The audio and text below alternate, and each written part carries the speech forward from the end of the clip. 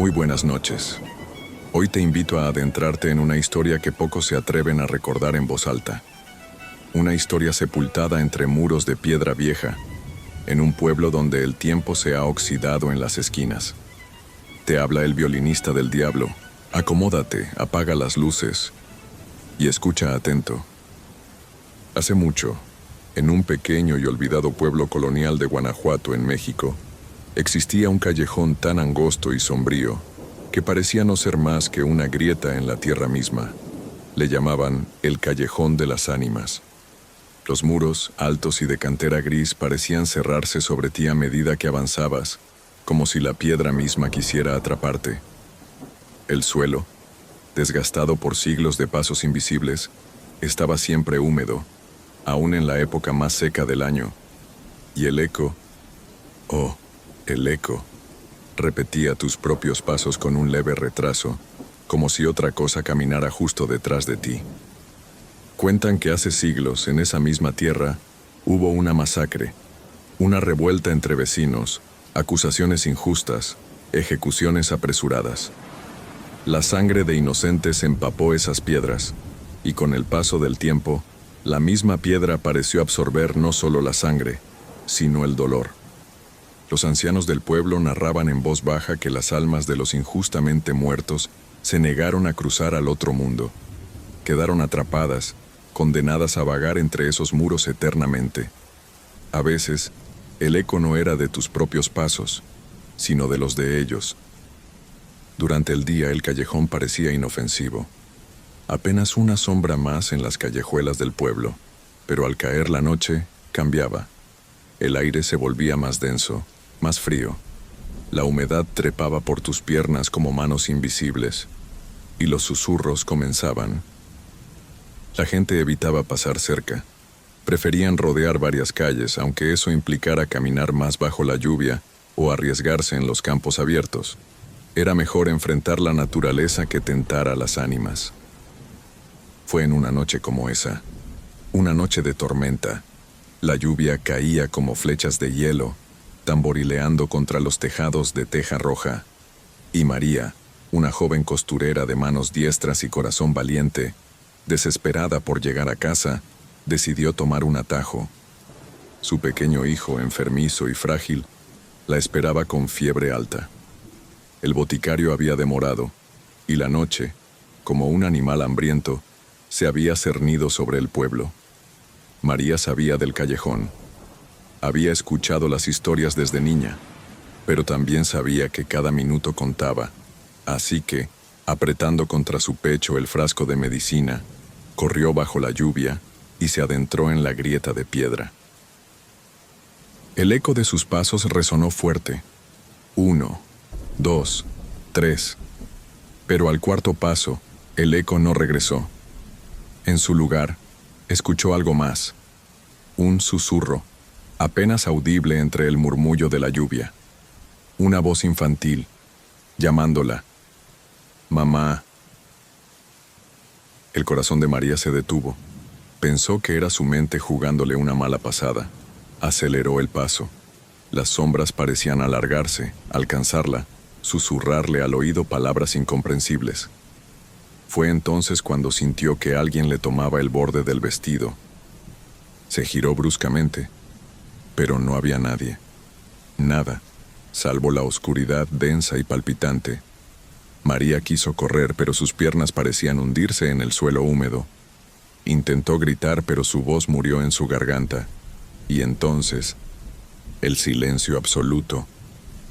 El pueblo entero se despertó esa noche, inquieto, sin saber por qué. La mañana siguiente la noticia corrió de puerta en puerta. María no había regresado a casa. Buscaron. Durante 3 días buscaron, hasta que entendieron lo que en el fondo ya sabían. El Callejón de las Ánimas había cobrado una nueva alma. Desde entonces, la historia cambió.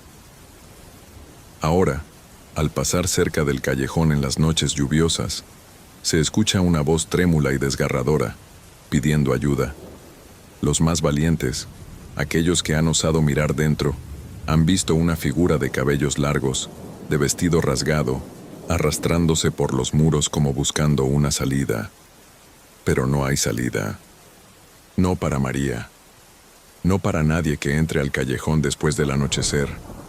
Dicen que, si escuchas tu nombre en la oscuridad, si sientes un tirón en tu ropa, corre, corre sin mirar atrás. Porque si miras, María creerá que viniste a ayudarla, y entonces, tu alma también quedará atrapada. Esta ha sido la historia del Callejón de las Ánimas. Una advertencia eterna, susurrada entre las piedras húmedas de un pueblo olvidado. ¿Te atreverías a cruzarlo si alguna noche el viento llamara tu nombre? En esta segunda historia de la noche, te llevaré a un rincón olvidado del sur de México, donde el agua no refleja la vida, sino la muerte. Esta historia me fue susurrada una noche fría, por un alma de mirada perdida, que se acercó a mí mientras rasgaba las cuerdas de mi violín bajo la mirada eterna del charro negro. Su voz era apenas un hilo, quebrado por el peso de los recuerdos. Acomódate y escucha, porque esta vez el terror viene desde las profundidades. Hubo un tiempo en que los pescadores de Veracruz y Chiapas hablaban con temor reverente de la Laguna Negra, un espejo de agua tan quieto, tan inmóvil, que parecía más un portal que una laguna. Ningún pez osaba romper su superficie, ninguna ave pescadora descendía en picada, y los pocos que se atrevían a adentrarse en sus aguas para pescar, no siempre regresaban. La niebla perpetua cubría la laguna como un sudario. Al caer la noche, el viento arrastraba voces apagadas, murmullos que parecían venir desde el corazón mismo del agua. Algunos aseguraban que escuchaban llantos, otros, cantos tristes en lenguas olvidadas. Era en esas noches en las que ni la luna se atrevía a mirar la laguna, cuando ocurría lo peor. Una madrugada especialmente espesa, con la niebla tan densa que podías perderte a 1 metro de distancia, sucedió algo que marcaría para siempre al pueblo. Un náufrago. Un hombre apareció en el muelle, empapado, la ropa pegada al cuerpo, los pies descalzos dejando charcos silenciosos en la madera vieja, con un olor a sal y podredumbre que no tardó en impregnarse en el aire. Y sus ojos, eran completamente negros, sin iris, sin esclerótica, solo 2 pozos oscuros que devoraban la luz. No hablaba, no comía, solo vagaba entre los pescadores, silencioso, observándolos con esa mirada abisal. Al principio, algunos quisieron ayudarlo. Le ofrecieron comida caliente, una manta, un lugar donde dormir. Pero él solo los miraba y sonreía. Una sonrisa leve, tirante, como una grieta en un rostro de piedra que no llegaba a los ojos. Los niños dejaron de jugar en los muelles. Los perros, al verlo, gemían y se escondían. Poco a poco las desgracias comenzaron. Primero fue el viejo Martín, quien una mañana no regresó del muelle. Su lancha fue encontrada flotando en círculos, como empujada por manos invisibles. Luego el joven Ernesto, cuyo bote fue hallado a la deriva, con las redes destrozadas, como si algo hubiera forcejeado violentamente.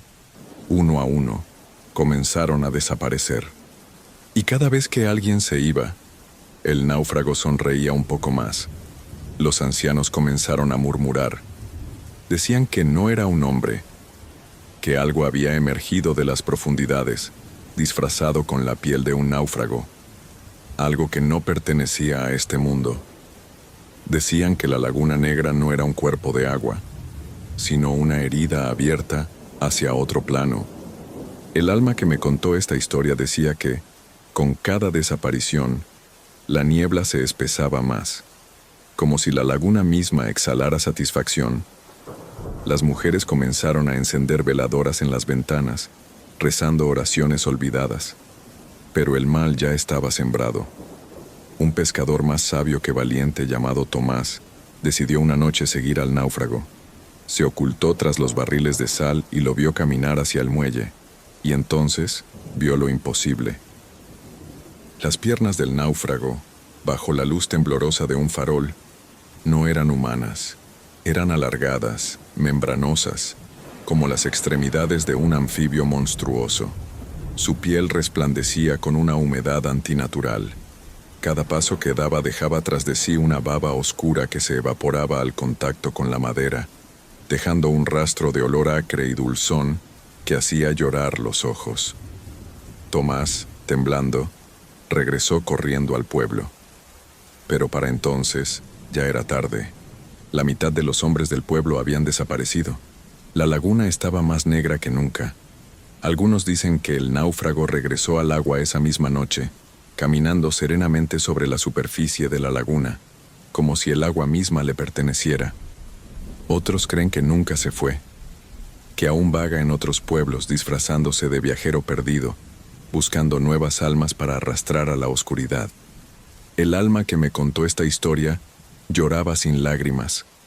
Decía que a veces, en las noches en que el aire es más pesado y la niebla desciende sin aviso, aún puede ver una figura mojada, de pies descalzos, de ojos negros, observándolo desde la orilla de la laguna, que si te atreves a devolverle la mirada, podrías escuchar una voz gutural susurrándote desde el interior de tu propia mente. Una voz que promete arrastrarte bajo la superficie para que conozcas lo que yace en el fondo. Si alguna vez, viajero, encuentras un cuerpo empapado pidiéndote ayuda cerca de un cuerpo de agua, no te acerques, no le hables. Y sobre todo, no lo mires a los ojos, porque puede que lo que te devuelva la mirada ya no sea humano. Te habló el violinista del diablo. Que tengas dulces sueños, si puedes dormir.